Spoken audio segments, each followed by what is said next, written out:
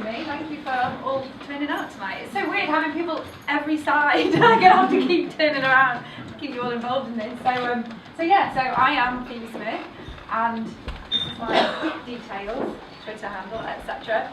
As you can see, I am the author of several books. I've actually written 7. The 8th is currently in gestation, coming out late this year. And you can probably see there is a theme with my books. It's partially wild places and also mainly sleeping, because oh, this is going to keep changing when it shouldn't. Can anyone sort the timing thing? Is it? It shouldn't be doing it, should it? Hang on.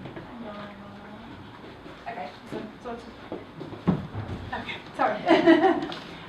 Yeah, so I'm not a great athlete, I'm not a great runner, I've never crossed the continent, I'm not a great cyclist, but I do like to ride a bike, I'm not a climber, but my goodness, I know how to sleep. So I thought, why not make a career out of that then? So my life, much like my hair, is kind of a double life. So by day, 9 to 5, or should I say 9 till 8, 9, 10 o'clock at night, is editor of Wanderlust Travel Magazine, which is an adventurous travel magazine. Been going for about 23 years now. And what I have to do in that job is, obviously, I get to travel a little bit and go on adventures myself, which is amazing. But I also, I often say it's part of the problem with the job is I get to send other people off to travel on my dream trips.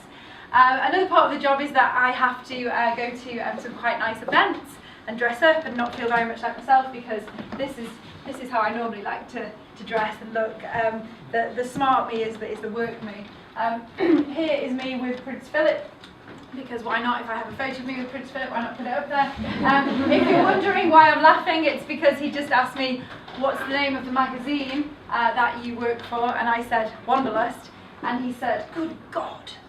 It's not a German magazine, is it? The photographer captured it so beautifully that I just have to show it. You know, fancy being in English and having a view from Prince Philip. It's amazing. So that is kind of sums up my day job. And then the other picture, the other side of me, sums up what I like to do the rest of the time, which is go into wild places and sleep there by myself. So you will often find me, this picture's been stretched, I am thinner than it looks, you will find me in bivvy or in tent, somewhere very wild. This is in Holmfen in Cambridgeshire. When I was doing, I set myself an extreme sleeps challenge and became the first person to sleep at all the extreme points of mainland Britain, including the centre-most point, solo on consecutive nights, in November, December 2014. That's the only time I could fit it into my full-time job. It was not by choice. Anyway, but how on earth did this happen? It happened, this love for going to sleep in wild places and going by myself, when I said yes to someone. I worked that in for you, Dave. I said yes to someone when I was living and working in Australia. So it took me to go to the other side of the world to kind of push me out of my comfort zone, which is what so often happens with us when we travel. We'll push our comfort zones, we'll try things that we wouldn't try normally. And a friend convinced me to go and sleep in the Red Centre, in a swag bag, which is like a bivvy bag, basically just goes over your sleeping bag. And out there, how many people have been to Australia? How many people got the feeling that everything in Australia can kill you? Because it really can, because the guide was like, there's snakes that can kill you, watch for those. There's scorpions that can kill you, watch for those. There's ants that if they bite you enough times, they can kill you too. So I found myself petrified of doing this. I thought, I've never done this back home. And as I lay there wondering how I would meet my end by one of these creatures, I thought, well, I'm doing this here, but I've never taken the time to do it back home. And so, I had such an incredible evening that when I got back, I decided to become a tourist in my own backyard. And this is what I want to encourage all you to do, because by doing this, I started to explore what was on my own doorstep. I had a busy full-time job, not the one I currently have now, but as a journalist, and I tried to fit in these adventures around that.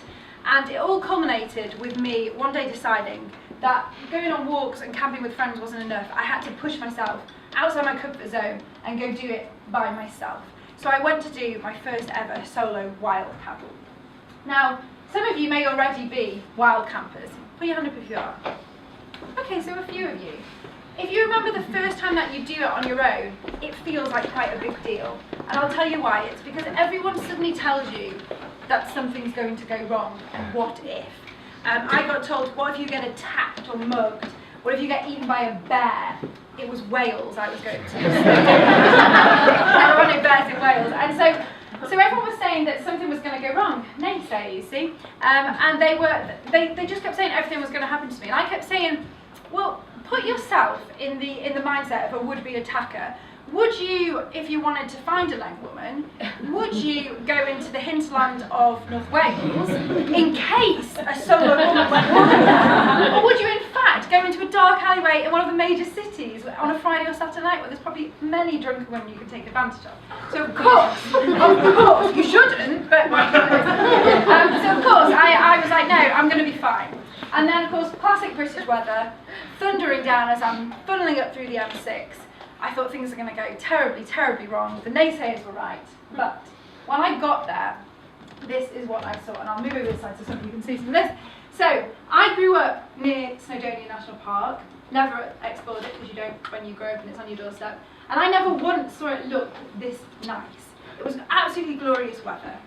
And before long, I was off ticking off my first summit. Felt really, really good. The mountain behind me is Snowdon. I could see the queue of people on the summit. There was no one on this one because it wasn't the peak where everyone goes. And everything was going really, really well, and I was feeling really good. And then I came across the thing that I think scares us walkers the most. A youth group. We all know they are there by coercion, but we are there by choice.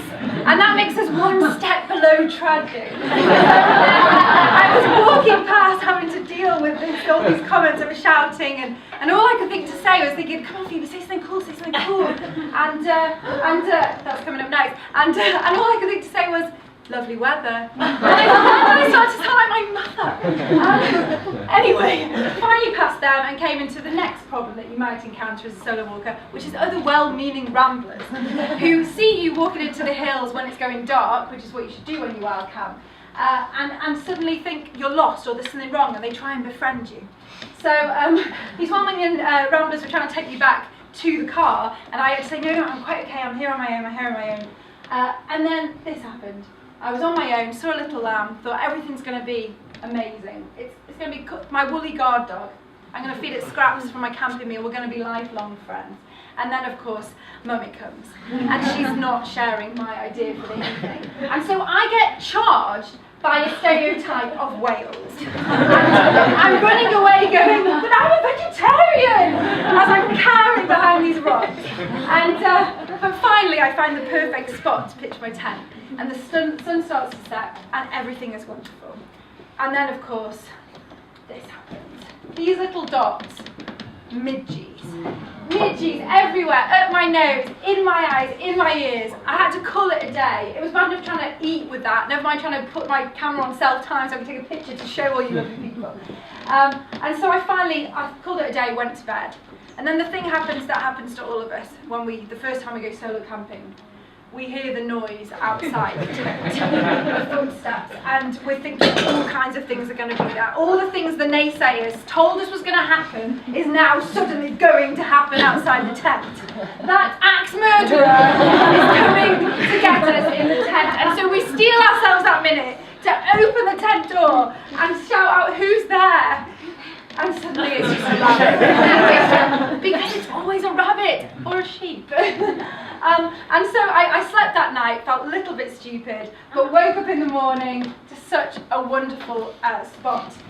The mattress is my headboard, the grass is my bed, and I'd done it. I felt really, really good. And there was a cataclysmic shift in me that day. Something inside changed. I became an instant addict into these wild sleeps, into finding these places to spend the night. The stranger, the better. And since then, I've been squeezing them in around a full-time job, pushing my limits, pushing my comfort zone, finding stranger places to sleep, higher mountains, sleeping out in winter. And I do it for all the reasons I want to encourage you to give it a go. One is because the UK is a beautiful place, and as much as I encourage you in my day job to go overseas to find adventure, there is so much here back home. You can choose somewhere to spend the night and wake up to such a beautiful location. The other reason is that you get to be in the thick of it where everyone else is still in bed. You know, their alarm clock hasn't even gone off yet and you're there in a wonderful place. This is Fisherfield in Scotland. Absolutely beautiful, the furthest point you can get from any road. And then the other reason, if that isn't enough for you, is the confidence that it gives you.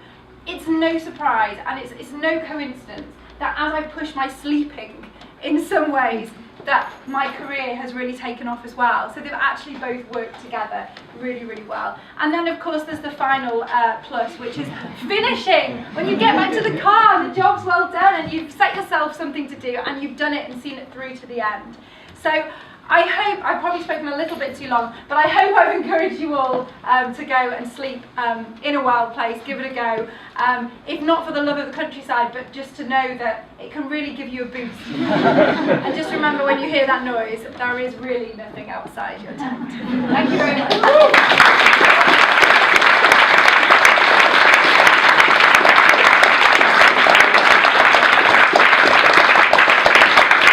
Does anyone have any questions? We've got probably a couple of minutes if anyone would like to ask Phoebe anything while she's with us here. Yes. What's your favourite sleep? Oh God, that's asked me what my favourite child is. I don't have children, so I don't have that. I'd say at the moment I just recently did one in the South Downs, and I went there because I can be quite a hill snob. So I went there thinking, oh, it's not high mountains there, it's not very good, but it was close enough to home. I've got car problems, so I was like, it's close enough to home, I'll do it. And it was just incredible. It was a tiny little hillock, but it was just the view I got and the stars and and I felt really, really far from everything, even though in reality I wasn't at all. So I'd say that's my favourite at the moment, but ask me next week and I'll have found another one. What's the minimum equipment you would recommend to beginners who've never done this before? Oh goodness, I suppose, I mean I have just had my website redone and I put something on there called my go bag. So my top tip for everyone is to pack what I call a go bag, which is a bag ready to go and do one of these sleeps, and I keep it in the boot of my car or by my front door, so that if the mood takes me and the weather looks good, I have absolutely no excuses, because I don't know about you, I hate packing. You'd think me being a travel editor, I'm all about the pack. I hate it. I'm the person when the taxi's outside, I'm pulling about the washing machine going, just give me a minute, I'm giving you a minute. But so I pack this bag ready, and it's just, I mean for me, the areas you can't skimp on is, I mean, I'll take a tent or a bivvy depending on the weather, but I always say a good sleeping bag is really key, and a good camping mat, and I always take an inflatable pillow. Rightly or wrongly. If I don't sleep well, I'm not going to enjoy the next day and have an adventure there. And food. I met a girl who, the first time she went wild camping, she took a salad. This is the time when you can eat what you want. You're burning it off. So no, take food and take more food than you think you need. And if there's something you really like as a treat, like a bottle of wine or a beer or chocolate, like take that in there. Like my motto has always been enjoy, not endure. And that is what I would want you to take from this. Like you should do it because you love it, and do it once. If you don't like it, don't do it again. Do something else. But just have a good time. That's life's too short. Nice, one more. Come on. What about the rules for wild camping in Britain? Do you find that? You're totally right. It's one of the most common questions that I get asked. So yeah, legally speaking, you can wild camp anywhere in Scotland apart from around the shores of Loch Lomond, because there's a bit of a controversial issue there at the moment. And you also can do it in Dartmoor because of an old bylaw that exists. Elsewhere, the law says you're supposed to ask for permission off the landowner. Now, I've been doing this for over 10 years, and that's either wildly impractical or impossible to actually find who the landowner is. So what you do is, like I said, doing this for 10 years, never once been asked to move on. So you arrive late and you leave early. You leave a place in better, if possible, better the condition than when you found it. If I find rubbish out there, I carry it back out, even if it's not mine. And you just camp away from people's obvious property lines. I was saying to someone, I did a talk the other week, and someone said, oh, I got moved on by a farmer. And I was like, well, where are you? And they're like, oh, the field next to his house. It's like, well, so obviously, just think about that. But yeah, there should be no reason why not. If you're doing it the right way and you follow those rules. The worst that will happen, the absolute worst, is that someone will come up like they did to these guys and said, I'm sorry, but you can't camp here. And then you just move on and go find somewhere else to sleep. It's perfectly fine. I do it and I'm nothing special, I can tell you. Amazing. Thank you so much, Thank Phoebe you. Smith.